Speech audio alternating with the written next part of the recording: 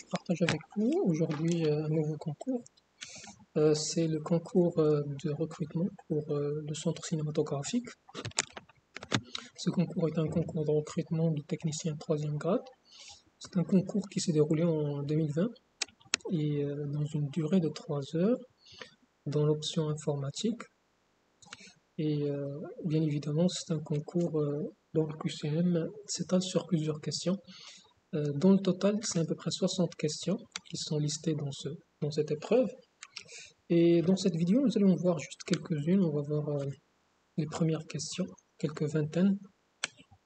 Les réponses, bien sûr, à ces questions sont multiples. Il n'y a pas juste une seule question, une seule réponse pour une question.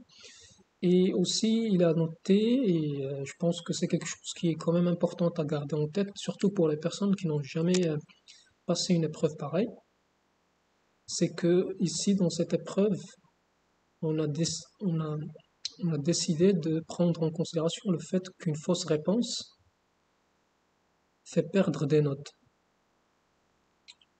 Bien sûr, faut faire attention à ça parce que dans la plupart des épreuves, généralement, moi ce que je sais, c'est que ce que j'ai remarqué dans la plupart des épreuves, on ne fait pas ça. C'est-à-dire que vous, en répondant à une question, vous avez la note, bien sûr, de la réponse, mais si la réponse est fausse, vous n'avez pas de note. Ça, c'est noté à 0. Cependant, dans cette épreuve-là, c'est un système, ce qu'on appelle le système canadien, et il faut faire attention à ça durant les épreuves, bien sûr, pour maximiser les gains des points par rapport aux questions et réponses. Donc, j'entre directement dans les questions-réponses. Ici, comme vous voyez, la première question, c'est en lien avec un ordinateur. Ça dit simplement quels sont les éléments qui sont les composantes dont l'ordinateur dont l'ordinateur ne peut fonctionner. Donc les composants ne sont pas absolument nécessaires au bon fonctionnement. Ah non, je me suis trompé. En fait, ici la réponse est par rapport à ceux qui ne sont pas nécessaires. Donc moi, ce que j'ai répondu, c'est l'écran et le clavier. Bien évidemment, ça c'est ma réponse. Vous pouvez toujours me mettre des petits commentaires sur les réponses qui peuvent être améliorées. Bien évidemment, ce qui est nécessaire pour le fonctionnement de l'ordinateur, c'est le processeur et la mémoire. Parmi ces protocoles réseau, lequel se situe au plus bas niveau d'abstraction? La réponse ici, c'est le TCP. C'est pas l'HTTP, c'est pas le SSH, c'est pas le DHCP. Tous ces protocoles-là, ils sont situés dans un niveau plus élevé que la couche, ce qu'on appelle la couche TCP, la couche IP, dans laquelle se situe le TCP, le protocole TCP. La commande sert à quoi? En fait, ici, ce qu'il y a, c'est qu'en fait, il y a ping qui manque. En fait, c'est la commande ici dont on fait référence, c'est ping. Et on se demande, en fait, cette commande-là, donc, à quoi elle sert? Moi, ce que j'ai répondu, c'est vérifier le temps de réponse. Parce que quand on envoie une commande ping, vous pouvez voir ici, je vais faire une petite simulation rapide. Donc voilà, j'ai ici un ping et je fais par exemple 8. Ça, c'est l'adresse IP. Je vais recevoir des réponses et je peux voir le temps que cette requête a pris pour aller récupérer cette réponse. Et vous pouvez remarquer que c'est en millisecondes. Et par conséquent, en fait, cette commande, elle sert quand même à voir le temps de réponse d'une machine, bien d'un serveur. Quatrième question, parmi ces systèmes d'exploitation, lesquels sont des distributions Linux? Les réponses ici, moi j'ai marqué 3 réponses. J'ai marqué Ubuntu, j'ai marqué SteamOS, et j'ai marqué Debian. En fait, dans Linux, si vous voulez Unix, il y en a plusieurs distributions. Quand j'ai fait la liste autrefois, quand j'ai recherché sur Google, il y en a énormément beaucoup de distributions. Donc ça reste quand même une question piège ici pour ceux qui ne connaissent pas SteamOS. En fait, SteamOS, c'est une distribution qui a été développée avec le fameux développeur de jeux vidéo qui s'appelle Valve, qui a développé Counter-Strike. si vous êtes un peu dans la connaissance des jeux vidéo, vous avez peut-être une idée sur Valve et Counter-Strike. En fait, c'est eux qui ont développé cette distribution SteamOS dans l'objectif de faire en quelque sorte une distribution Linux qui permettra aux personnes qui sont intéressées par les jeux vidéo de se concentrer sur les aspects développement de jeux vidéo sur cette distribution, qui offre principalement des outils à cet objectif. Dans la cinquième question, on se pose la question quel est le langage de programmation qui ne nécessite pas un compilateur. En fait, ici, c'est nécessite, non pas ne nécessite pas. Enfin, pour ceux qui nécessitent un compilateur, on sait que C++, on est d'accord que C++ ne peut pas être compilé est un langage compilé.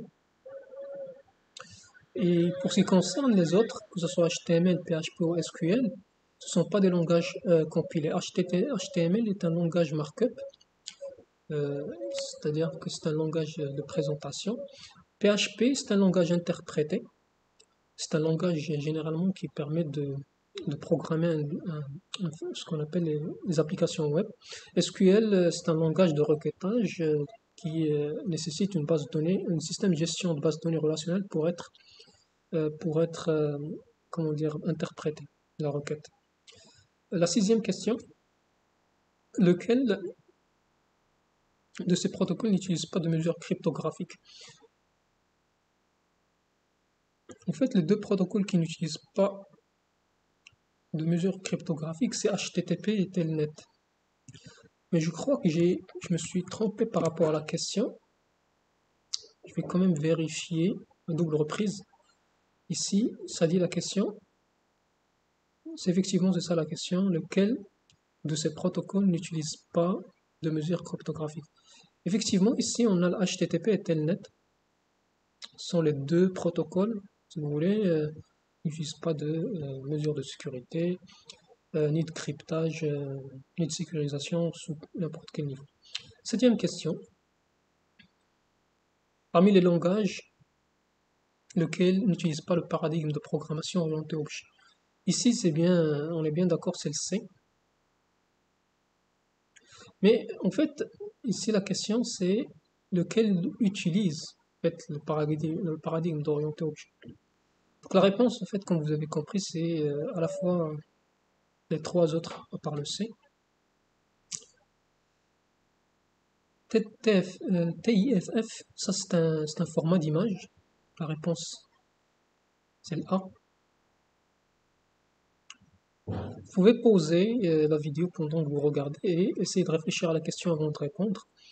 Donc UML est un langage de modélisation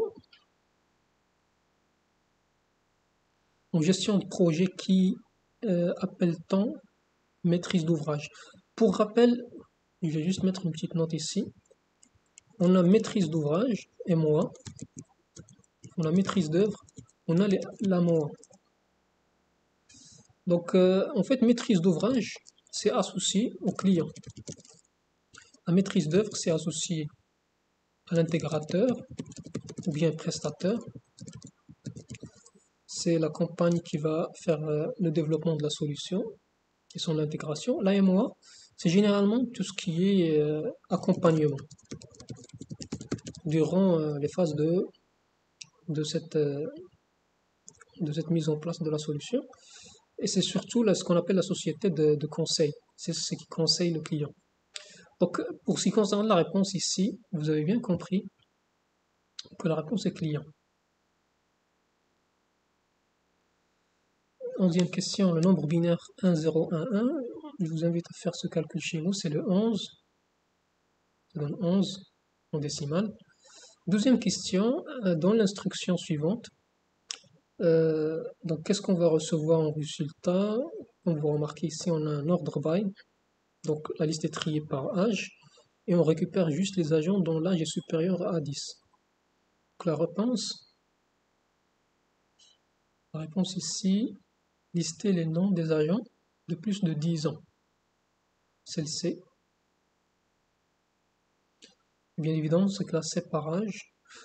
pour n'afficher que les villes dont le résultat du count est supérieur à 10 000. Dans l'instruction suivante, je vais marquer l'instruction juste pour qu'on puisse regarder bien ensemble. Donc, dans cette instruction,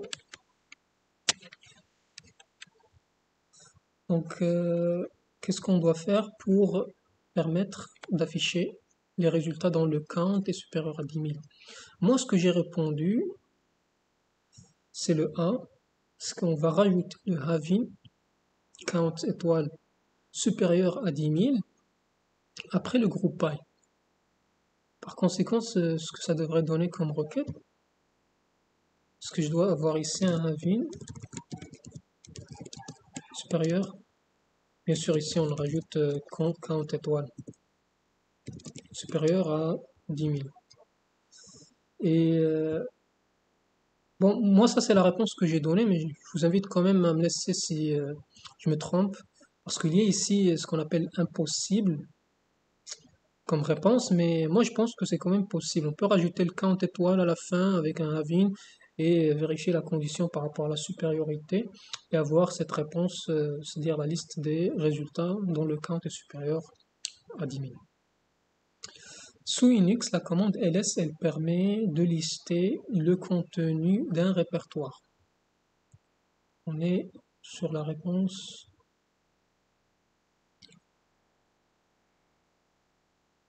C.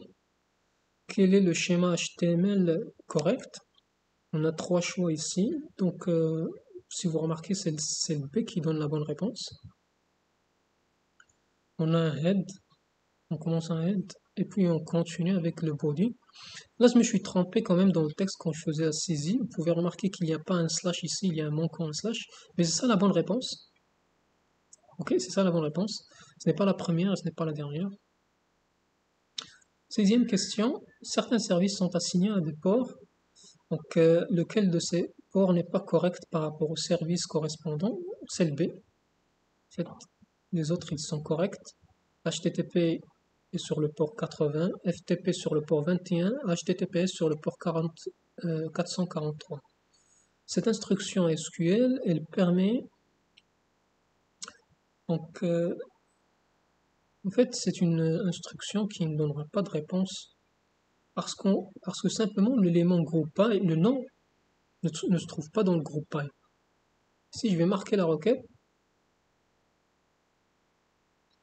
mais l'idée c'est de mettre un nom. En fait, le nom, si on avait nom dans le GroupBy, ici, on aurait pu avoir une syntaxe correcte de cette requête, ou bien si vous voulez une sémantique, mais syntaxiquement, même s'il est correct syntaxiquement, mais il est incorrect sémantiquement. C'est-à-dire que quand on va parser, on exécutera cette requête, le GroupBy ne contient pas le nom. Qu'est-ce que le SMTP? La réponse ici, c'est un protocole de transmission d'email. Pour rappel, on a POP3 qui permet la réception. Vous pouvez voir un petit peu en ligne par rapport à ce protocole.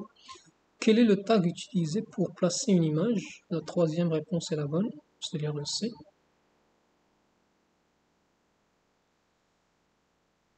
Je continue. Qu'est-ce qu'un site web dynamique? C'est un site web connecté à une base de données, constamment mise à jour. Parmi les protocoles suivants de la couche application, lesquels utilisent les segments UDP? La réponse, on a TFTP, et on a le DNS. Pour le FTP, ça utilise quand même TCP, c'est-à-dire quand même on a vérification du paquet avant de l'envoyer, et par conséquent, Telnet aussi. Donc c'est la réponse. Qu'est-ce qu'un pop-up? Alors c'est une fenêtre qui s'ouvre instantanément lors de la navigation sur le web. Donc voilà pour ce qui concerne les réponses. Moi j'ai listé ici 22 questions.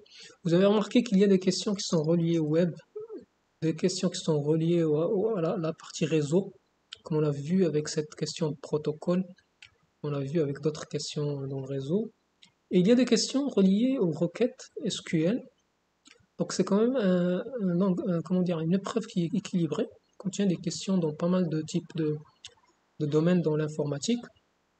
Je vous remercie d'avoir fait le suivi de cette vidéo et je vous invite dans un autre vidéo, dans un autre concours.